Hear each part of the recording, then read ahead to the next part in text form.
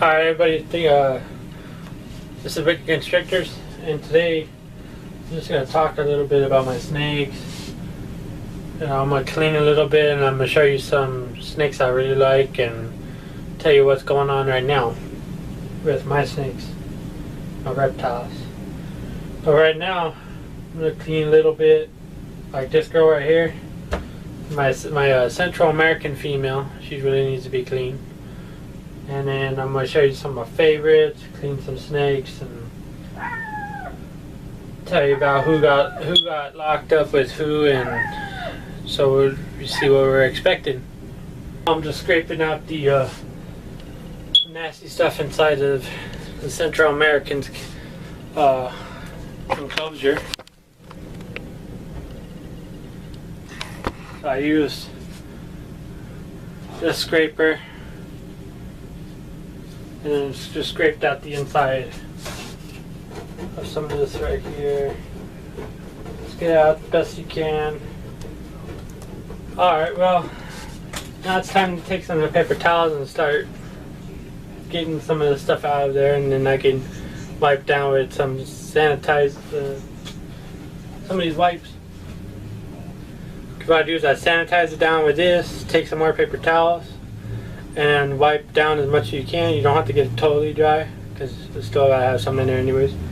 And then you can put paper in there, put fresh water in there, and put it back in there. This is my Central American red-tailed boa. So I pretty much cleaned it out with the wiped down paper towels, and now I'm putting paper back in. So you cut it to size, of course. I get rolls. I don't want to get the already cut paper, so you have to cut it yourself, which is alright with me. I like that work. I like that kind of extra work. But so you just get up to size. What I do is I'll cut a big huge piece like this, and then I'll put it in there. And if it doesn't fit from the back to the front of the enclosure, then I'll pull it back out, cut it off a little bit, put it back in there, see if it fits. Keep playing with it. Like this one is perfect. So I'm pretty much finished on the inside. It's not 100% clean, but it's better than it was, definitely. So now I'm going to take a wipe like this.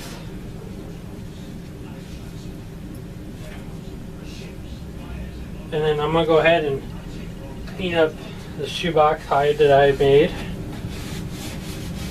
I like to have different things besides just the regular old hides you can buy at stores. And this one I made for her when I first got this enclosure, so this is good. So I'll just kind of wipe it down, kind of kill whatever germs is in there. I'll go ahead, I put mine in the center, because the hot spot's on this side, where the heat tape's hooked up to the thermostat, and then this is the cool spot, so I put it in the center. And I put the water bowl right here on the cold spot.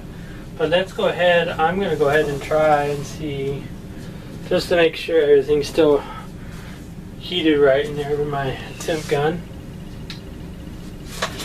So let's go right here in the back where the heat tape's at, and it is 80 degrees. And it's supposed to be at 85, so it just fluctuates, you know. And then see, make sure these ones are working. And these are 83. I don't know if you can see right there. Yeah, there you go, right there. 83.4. And that's the snake Rex. Well, big ones. Let's see this little one, because this one's a little bit further. 81.5. So it works pretty good. But I'm going to get ready and start working on the baby rack. Get that going too. Because breeding season has just started with me. I've caught locks. The one that I mostly caught locks from is the pastel male, which I'll go ahead and show you him in a minute. So guys, this one right here is my Central American boa. She's about 5 years old. Well, not 5. She's probably like 3. Got her when she was a 1 year 1-year-old. So she's getting up to size. So I need to get her male up to size.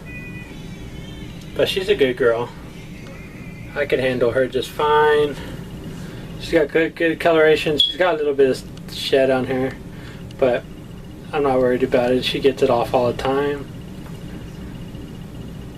So go ahead and put her back in her cage. Right here is my pastel male. He locked up, let's see, he locked up with Bonnie, Heidi, Josie, and Mojo. Okay, Bonnie's a normal. Heidi is my hypo, female. And then Josie is another normal, and then Mojo is the Mojave. So I'm actually looking forward to some of those clutches coming out, because you know, having some pastel hypos or having some pastel Mojaves, that's gonna be some good couples stuff. But I know if my satin male starts breeding, he will bring me some good stuff. A little bit pricier than just these pastel Mojaves and stuff like that. So pastel male, a lot of bright yellows and oranges right here where you see my fingers are at. But yeah, a lot. And his patterns are just so much different than what I usually see. Because usually these bright oranges and yellows on the side, you don't see that in pastels that much. You only see the fadedness. But he's locked up with so many females. So he didn't lock up with Calypso and Gorgeous yet. So we'll go ahead and see how they do. Here is a normal male.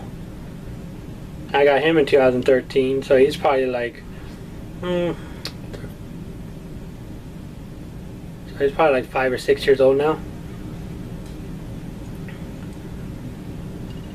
Got him for a good price.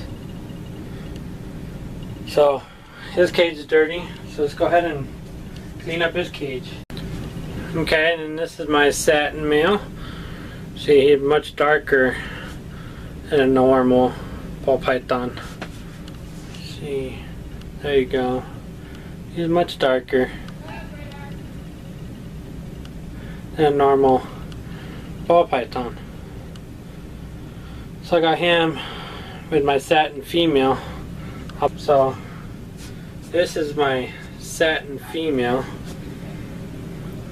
See, just like always, they're a little darker than normals, but her coloration is just popping besides the male. She's got a lot of freckling on the side right here where her supposedly, you know what they call alien faces on a normal, which she basically don't have any. This one right here has 2 eyes. Right there where my thumb's at. I don't know if you can see it because it's dark, of course. She's very dark. So this is my satin female. I got a good deal because I went to the Reptile Expo here in Victorville, California, and I bought her and my satin male for a good deal. So maybe we could possibly breed out some super satins, and then we could always add other stuff to it, like maybe the pinstripe satin, maybe bring out a little darker. But right there you can see some colorations is different than a normal ball.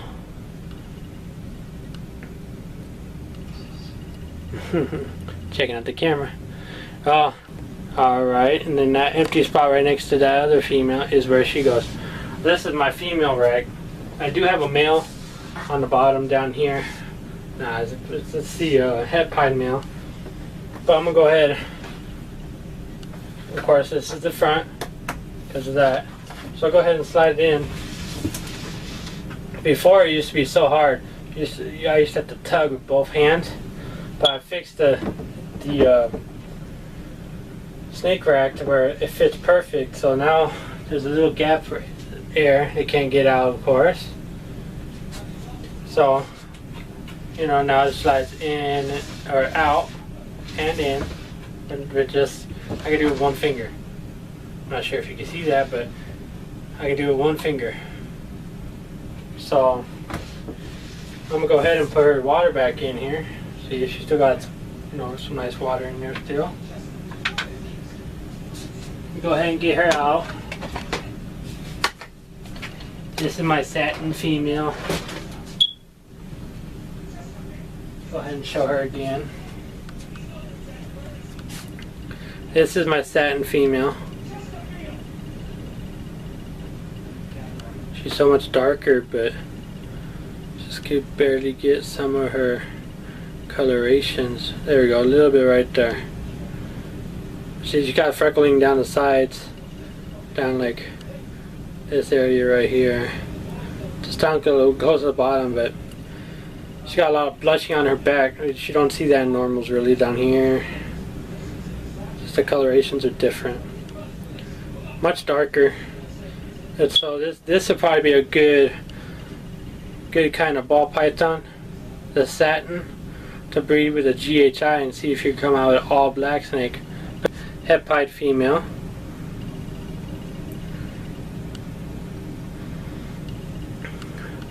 So even if I bred the satin with this het pied, we'll have 50-50 het pieds and 50-50 satins. So 50% het pieds and 50% satins, and that's how you could tell right there.